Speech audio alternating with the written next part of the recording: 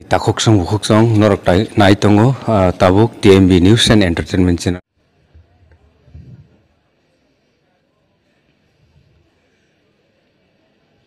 বন্দে বন্দে বন্দে বন্দে বন্দে বন্দে সবাইকে নমস্কার। যতন খুলুমখা। আজকে মান্দায় মণ্ডলের উদ্যোগে যে কার্যকর্তা সম্মেলন এবং এখানে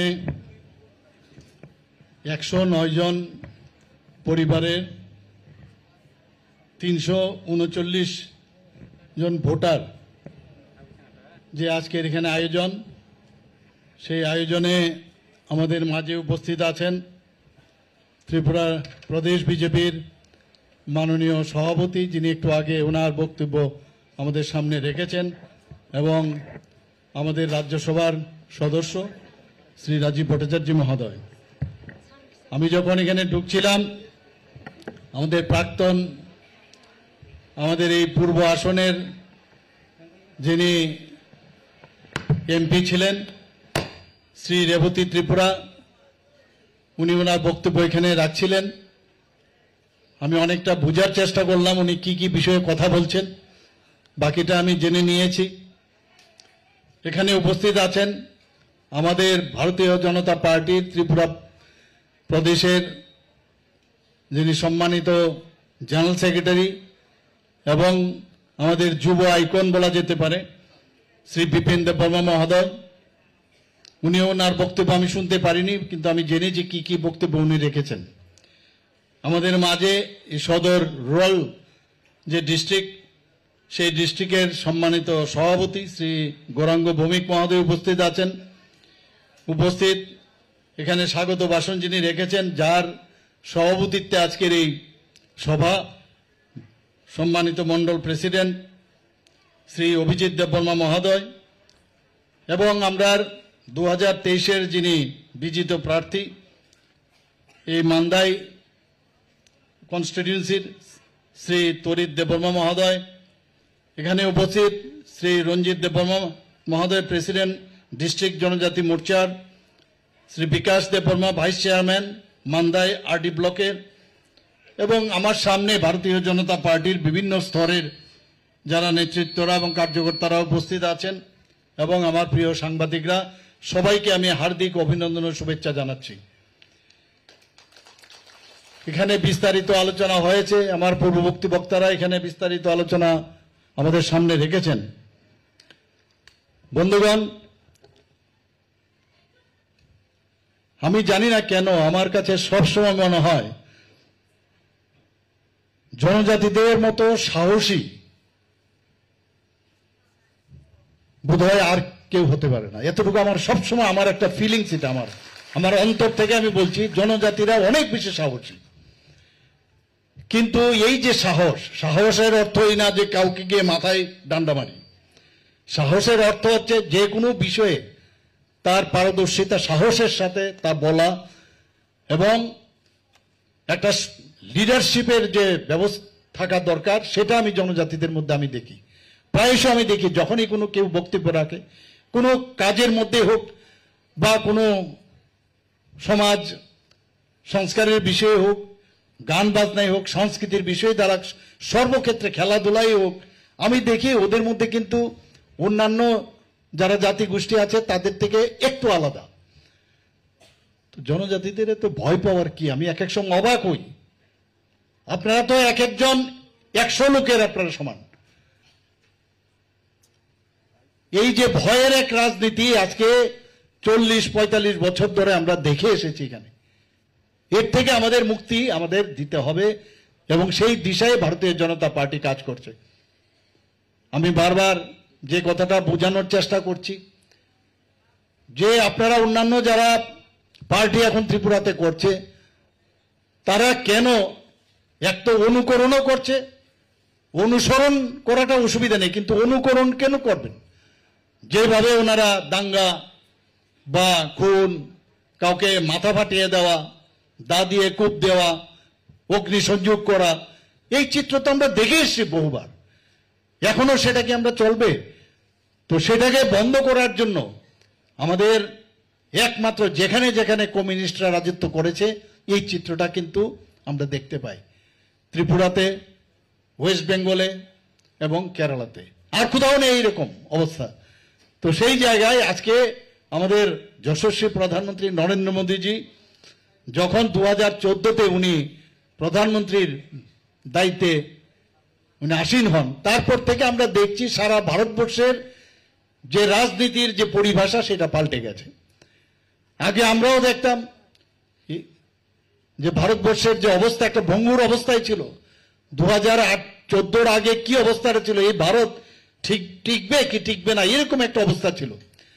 সেই জায়গায় আজকে উনি যেভাবে এটাকে সামলিয়েছেন ভারতবর্ষকে, শুধু সামলাননি, আজকে ভারতবর্ষকে একটা সত্যিকারের অর্থে একটা শক্তিশালী দেশ হিসাবে প্রতিষ্ঠিত করেছেন।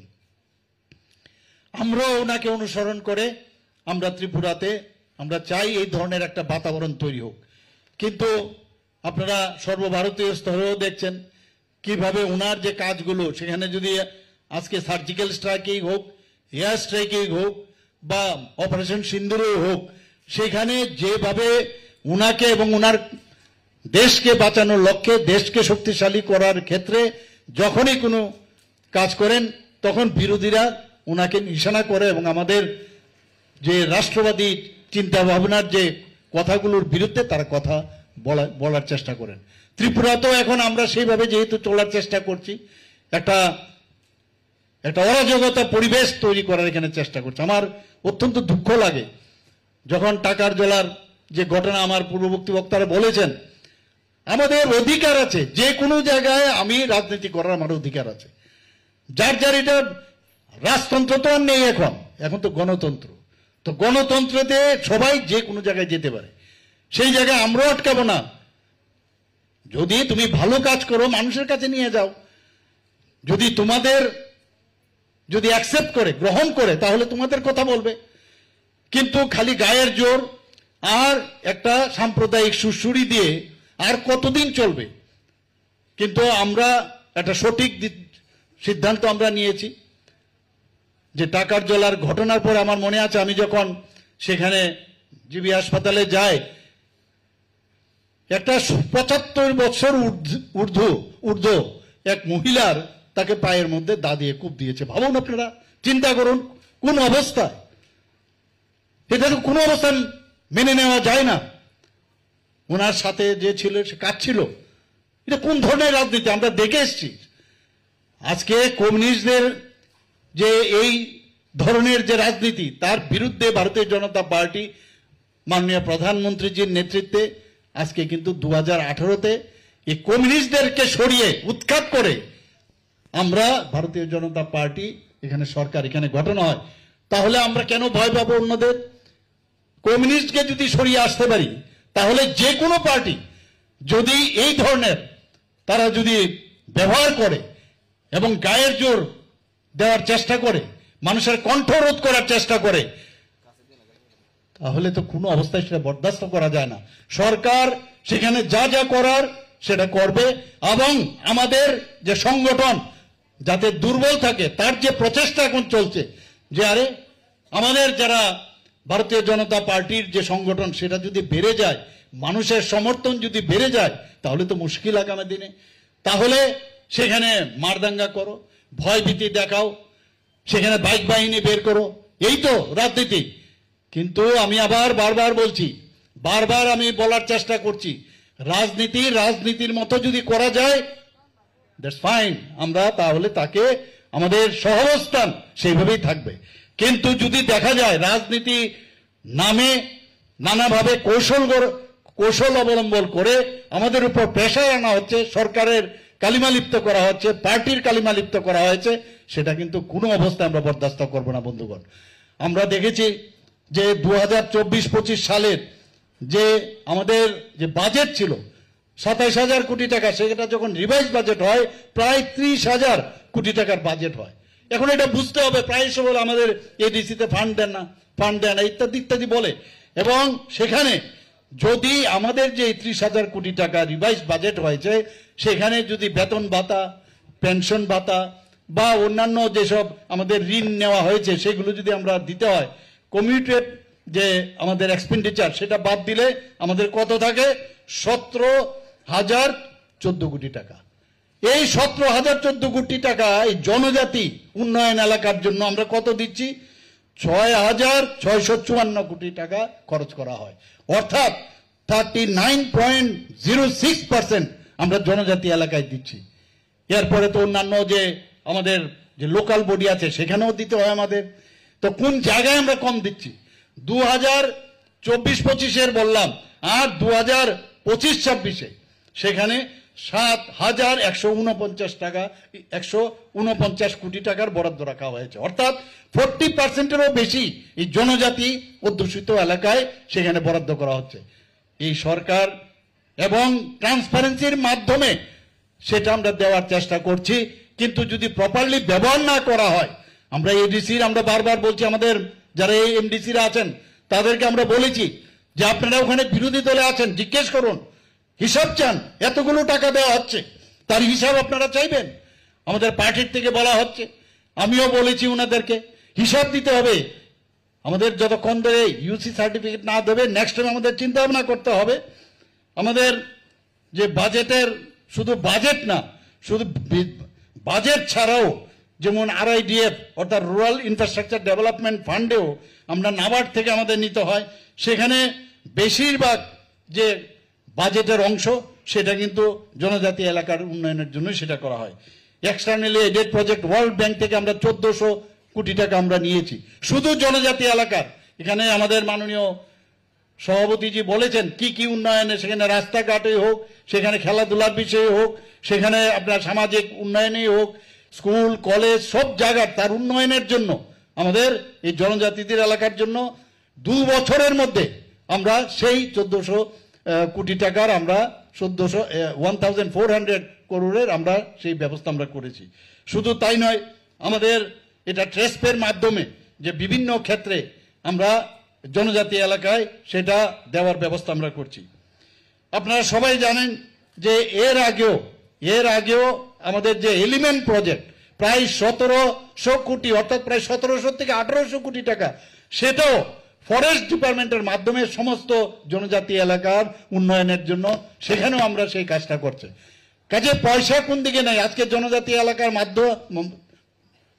যতগুলো অধ্যুষিত এলাকা আছে, এডিসি এলাকা বেশিরভাগই 69 থেকে 70% এলাকা, এর থেকেও বেশি, সেই জায়গায় যে কোনো উন্নয়ন হচ্ছে, রাস্তাঘাট, আজকে ন্যাশনাল হাইওয়ে হোক, বেশিরভাগই আমাদের জনজাতি এলাকা দিয়ে যায়।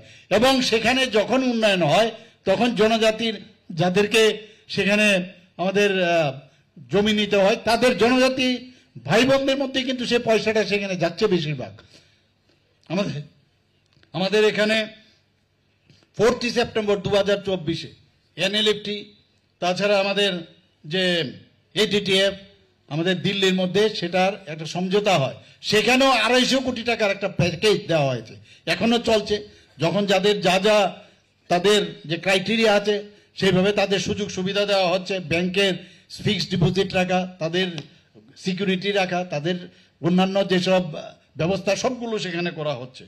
আপনারা সবাই জানেন যে ব্রু রিয়াং যে 23 বছরের সমস্যা সেটা ছিল, এর আগে তো সরকার ছিল, এই যে ভুল বুঝানোর যে ব্যবস্থাটা করছে, আপনারা বুঝতে হবে যে আমাদের সরকার আসার পর 23 বছর পর এই ব্রু রিয়াং শরণার্থীদের তাদের 12টি জায়গায়, আমি যখন মুখ্যমন্ত্রী হই দেখলাম এখানে অনেকগুলো জায়গার মধ্যে ঢিলাঢালা ছিল, শেষ পর্যন্ত কয়েকবার সেটাকে অ্যাড্রেস করে মিটিং করে ওনাদের সাথেও কথা বলেছি, দিল্লিতেও গেছি, সেখানে গিয়ে আজকে 12 জায়গার মধ্যে তাদের আমরা সেটেল করেছি।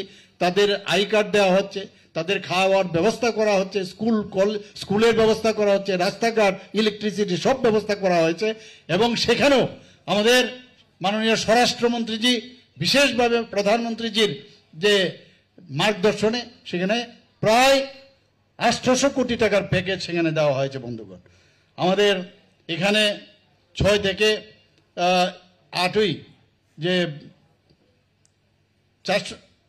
6 থেকে 8-তে যারা পড়াশোনা করে আমাদের ছেলেমেয়েরা স্টুডেন্টরা যারা আছেন তাদের যে প্রি মেট্রিক স্কলারশিপ আগে বছরে 400 টাকা দেওয়া হতো, আমরা সেটা 1000 টাকা করেছি। আমাদের প্রায় এখানে জনজাতিদের যে আবাসিকদের যে যারা ওখানে থাকে তাদের ভাতার হার 2018 সালে মাত্র 55 টাকা ছিল, আমি এসে এটা 80 টাকা করা হয়েছে। তো সেইভাবে আমরা চেষ্টা করছি যে জনজাতির অধ্যুষিত এলাকায় আমরা যাতে মানুষের জন্য কাজ করতে পারি। বন্ধুগণ, ওনারা তো এইসবই কথা বলবেন, আর আমরা কাজের মাধ্যমে মানুষের কাছে যেতে চাই।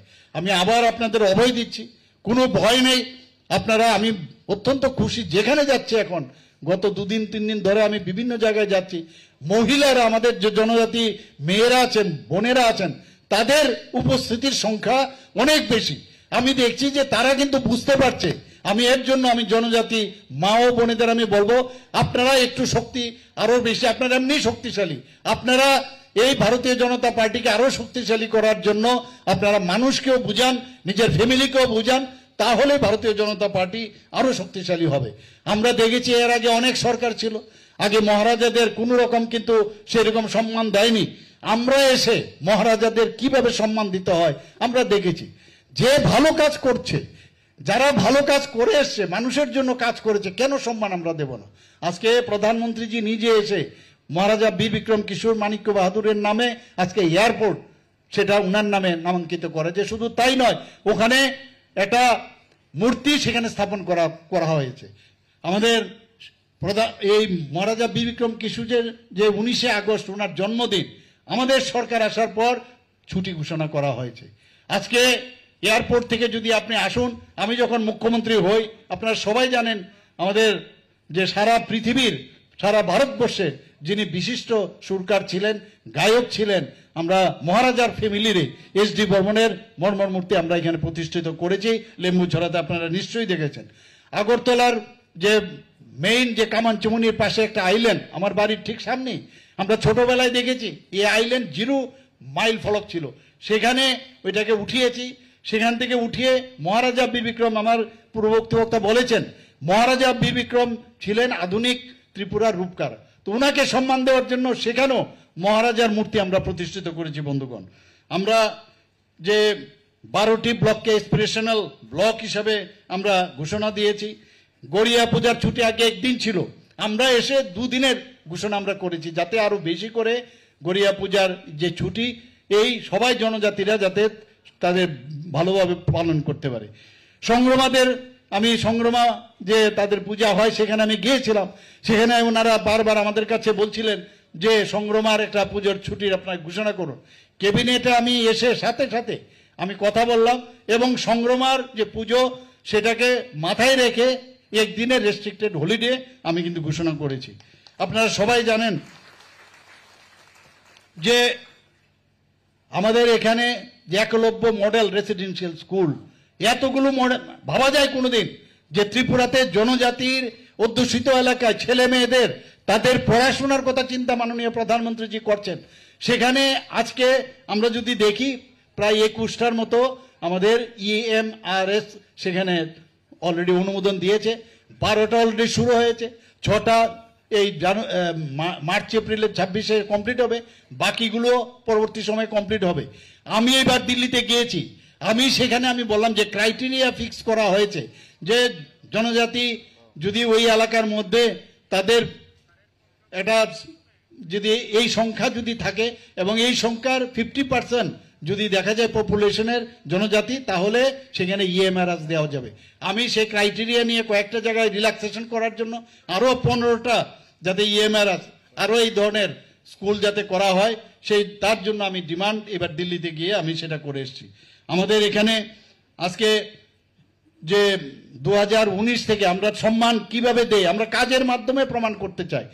2019 থেকে আমরা এসেছি 2018, 2019 থেকে 2024 পর্যন্ত কোনোদিন যেটা করা হয়নি। পর পর পর পর আমাদের বিশিষ্ট জনজাতি যারা লিজেন্ড ব্যক্তি আছে তাদেরকে মাননীয় প্রধানমন্ত্রীজি কি দিয়েছেন, পদ্মশ্রী উপাধি ভূষিত করেছে। বন্ধুগণ, আমাদের এখানে যারা রাজ্যের জনজাতি সম্প্রদায়ের যারা সমাজপতিরা আছেন আপনারা সবাই জানেন, তাদেরকে আমাদের সরকার আসার পর 2000 টাকা করে তাদের সাম্মানিক দিত।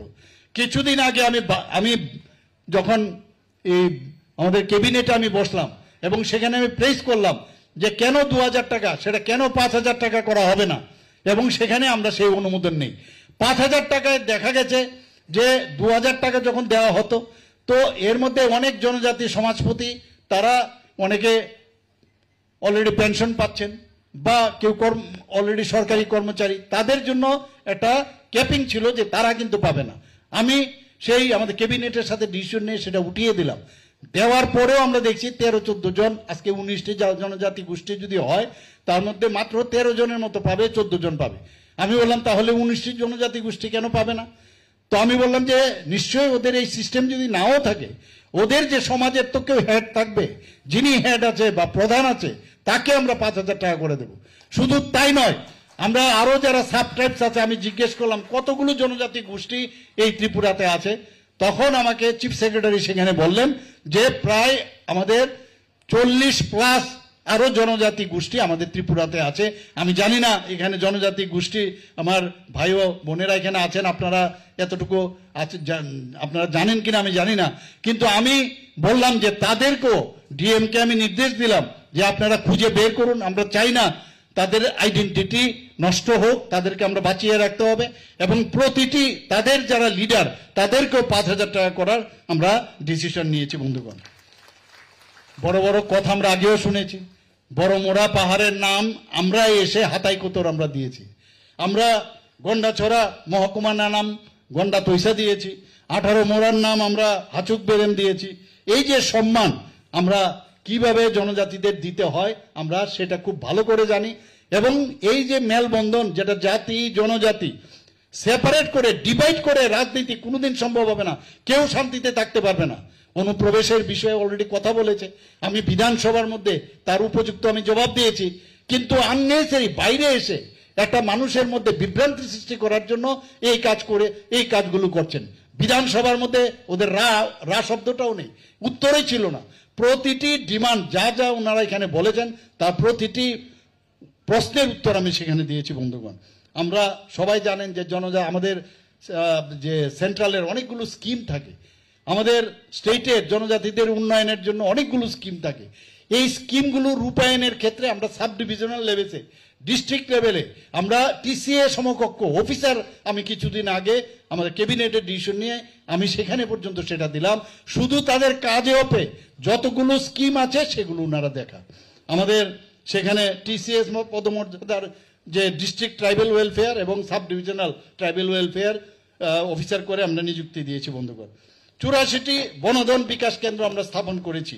আমরা এর মধ্যে বিশেষ অর্থনৈতিক যে উন্নয়ন প্যাকেজ আমরা ঘোষণা করেছিলাম, এর মধ্যে 100টি মার্কেট স্টল অলরেডি নির্মাণ করা হয়েছে। আমি জানি না আপনারা নিশ্চয়ই দেখেন, এটা কিন্তু এমনিতে হয় না। আমরা যদি সেইভাবে আমরা ডিজাইন না করি, সেইভাবে যদি আমরা চিন্তা ভাবনা না করি, সেগুলো এমনিতে হয় না। সেখানে আবার 100টি স্টল গভর্নমেন্ট লেভেলে যখন হবে, তার 50% কিন্তু মহিলাদের জন্য সংরক্ষিত, আপনারা নিশ্চয়ই জানেন সেটা। আমাদের মুখ্যমন্ত্রী জনজাতি বিকাশ যোজনা বাজেটে আমরা ডিক্লেয়ার করি, সেখানেও প্রায় 25,000 টাকা করে যারা জনজাতি সুবিধাভোগী, যারা বেনিফিশিয়ারি আছেন, তাদেরকে আর্থিকভাবে সহায়তা করা হয়েছে, এবং এতে করে প্রায় 23,31,50,000 টাকা বরাদ্দ করা হয়েছে। বন্ধুগণ, 3টি কলেজ হোস্টেল আমরা চালু করেছি। সেখানে অনেক সময় হোস্টেল নিয়ে প্রশ্ন করা হয়, একটা মহিলা কলেজ, আম্বেদকর কলেজ, আর একটা গন্ডাছড়া, সেখানে আমরা সেটা করেছি। বন্ধুগণ, আমবাসা, কাঞ্চনপুর এবং করবুকে 3টি আশ্রম স্কুল অলরেডি চালু করা হয়েছে, এবং সেই আশ্রম স্কুলে ক্লাস 3য় শ্রেণী থেকে 6ষ্ঠ শ্রেণী পর্যন্ত সেটা চালু করা হয়েছে। 29টি নতুন হোস্টেল নির্মিত হয়েছে, এর মধ্যে 44টি জনজাতি বিদ্যালয় নির্মাণ করা হয়েছে। সেখানে 170 জন হোস্টেল ওয়ার্ডেন নিয়ে আমাদের যে ট্রাইবাল ওয়েলফেয়ার মিনিস্টার আমাকে প্রায়শই বললেন যে হোস্টেলগুলো থেকে চুরি ইত্যাদি হয়, তো সেখানে ক্যাবিনেটে বসে আমরা ডিসিশন নিলাম যে 170 জন হোস্টেল ওয়ার্ডেন, যাদেরকে আউটসোর্সিং ভিত্তিতে নিয়োগের অনুমোদন আমরা দিয়েছি। আমরা বন্ধুগণ, যে আমি দেখেছি, একটু আগে আমি বলার চেষ্টা করেছি, আমাদের ছেলে মেয়েদের আমি যখনই দেখি আমাদের জনজাতি ছেলে মেয়েদের মধ্যে এটা খেলার কিন্তু, এবং বেশ তাদের মধ্যে যে ট্যালেন্ট আমি দেখতে পাই, যে কারণে আমাদের সরকার ডিসিশন নিল যে 2টো সিনথেটিক ফুটবল টার্ফ সেখানে নির্মাণ করা, এবং নির্মাণ করা হয়েছে। আরেকটি নতুন, আমি একটা জায়গার মধ্যে নিজে গিয়ে 2টো জায়গায় সেই দুটো জায়গার মধ্যে আমি গিয়ে সেটা উদ্বোধন করেছি এবং আরো একটি নির্মাণ আন্ডার প্রসেস আছে সেখানে। আমরা জানি জনজাতি এলাকায় অনেকে কি করে নানাভাবে ভুল বুঝে অনেক জায়গার মধ্যে ড্রাগ এডিকশন আমরা সারা ত্রিপুরার মধ্যে দেখছি।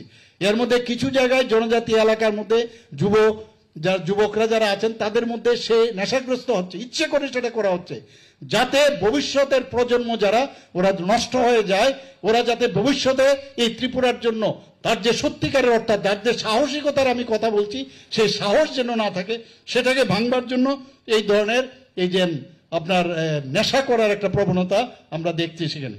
Football is game, drugs are shame, সেই স্লোগান রেখে আমরা জনজাতি হোস্টেল ফুটবল প্রতিযোগিতার আয়োজন করা হয়েছে। বন্ধুগণ, আমরা যে বিভিন্ন যে হোস্টেলগুলো আছে জনজাতি এলাকায়, সেখানে প্রায় 50টি হোস্টেলে সৌর বিদ্যুৎ ও সেখানে জল যাতে পরিশোধনের ব্যবস্থা করা যায় তার জন্য অলরেডি 19 কোটি টাকা বরাদ্দ করা হয়েছে। 2023 সালের নভেম্বর মাসে আপনারা সবাই জানেন যে জনজাতি গৌরব দিবস এই মিশন চালু করা হয়েছে। সেখানেও শিক্ষা, স্বাস্থ্য, স্যানিটেশন, পানীয় জল এবং জীবিকা, এটা হচ্ছে মেইন আমাদের মানে পিলার, এর উপর ভিত্তি করে আমরা কাজ করছি। আমরা 2024-25-এ আমরা প্রায় 4189টি পরিবার উপকৃত হয়েছে এর জন্য। যারা জুমিয়া পরিবারের আছেন তাদের জন্য আমরা প্রায় 2040 টাকা করে বীজ এবং শ্রম ও চাষের জন্য সেটা আমরা দিচ্ছি। আমরা যে জনজাতি জনগোষ্ঠীর সার্বিক উন্নয়নের লক্ষ্যে মাননীয় প্রধানমন্ত্রী গত 2রা অক্টোবর 2024-এ ধরতি আভা জনজাতীয় গ্রাম উৎকর্ষ অভিযান একটা নতুন প্রকল্প সূচনা করেছেন, আপনারা জানেন। তাতে করে যে forest right act implementation cell এবং জনজাতি বিপণন কেন্দ্র এবং হোস্টেল নির্মাণ, তার জন্য প্রায় 81,69,00,000 টাকা বরাদ্দ করা হয়েছে। বন্ধুগণ, আমরা সম্প্রতি ধরতি আভা জনভাগীদারি অভিযান ও পিএম জনমন বাস্তবায়নে ত্রিপুরা রাজ্য 3টি জাতীয় পুরস্কার অলরেডি লাভ করেছে। বন্ধুগণ, ধরতি আভা জনভাগীদারি অভিযানে বাস্তবায়নে দেশের মধ্যে ত্রিপুরা দেশের শ্রেষ্ঠ রাজ্য হিসাবে স্বীকৃতি পেয়েছে। এই যে হচ্ছে এগুলো এই প্যারামিটারে বলছে আমরা ঠিক পথে আমরা চলছি। পিএম জনমন বাস্তবায়ন আমরা করতে পেরেছি। তার জন্য কিছুদিন আগে দেখেছেন আমাদের যে মাননীয় রাষ্ট্রপতি, উনিও আপনারা সবাই জানেন মাননীয় প্রধানমন্ত্রীজির কারণে একটা জনজাতি গোষ্ঠীর মহিলা যিনি আজকে আমাদের দ্রৌপদী মুর্মুজির, উনার কাছ থেকে 2টি সম্মান আমাদের দিল্লিতে গিয়ে সেখানে আমাদের জনজাতি কল্যাণ দপ্তরের সচিব সেখান থেকে সেটা গ্রহণ করেছেন। আমাদের পিএম জনমন প্রকল্প, সেটাও 15ই নভেম্বর পিএম জনমন প্রকল্পের সূচনা হয়েছিল 2023-এ, এবং সেখানেও যারা রিয়াং জনজাতি গোষ্ঠী তাদের যাতে আর্থসামাজিক উন্নয়ন হয়, তাদেরকে বলা হয় পার্টিকুলারলি ভালনারেবল ট্রাইবাল গ্রুপ, সেখানেও সমস্ত রকমের সুযোগ সুবিধা যাতে দেওয়া হয় এই প্রকল্পটি চালু হয়েছে। এখানে প্রায় 11টি দপ্তর, 11টি মাননীয় প্রধানমন্ত্রীজি বারবার বলছেন যাদের কেউ আজ পর্যন্ত কেউ চিন্তা করেনি তাদের কাছে আমাদের যেতে হবে। তো 11টি দপ্তরকে ইনক্লুশন করেছেন এবং 2024 অর্থ বছরে তাকে বাস্তবায়ন করার জন্য 322,06,00,000 টাকা এর মধ্যে ব্যয় করা হয়েছে। বন্ধুগণ, আমরা যদি আমাদের অনেকগুলো এক্সটার্নাল এডেড প্রজেক্ট রয়েছে, সেখানেও যতগুলো আমাদের প্রজেক্ট আছে সেগুলো জনজাতি অধ্যুষিত এলাকার জন্য আমরা সেটা করেছি। রাবার চাষের এলাকা যদি আমরা দেখি প্রায় 30,000 হেক্টর থেকে বাড়িয়ে আমরা 69 হেক্টর আমরা করেছি। 3টি 100 শয্যা বিশিষ্ট এসটি হোস্টেল স্থাপন করা হবে এবং 50 শয্যা বিশিষ্ট আরও 7টি নতুন এসটি হোস্টেল স্থাপন করা হবে।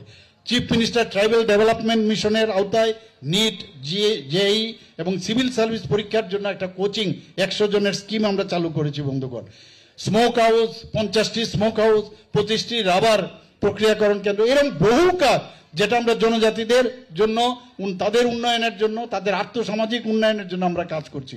বন্ধুগণ, আজকের এই যে এখানে যারা আজকে এখানে ফ্যামিলিরা এখানে জয়েন করছেন প্রায় 329 জন ভোটার, আমি ওনাদেরকে ভারতীয় জনতা পার্টির তরফ থেকে ওনাদেরকে স্বাগত জানাচ্ছি।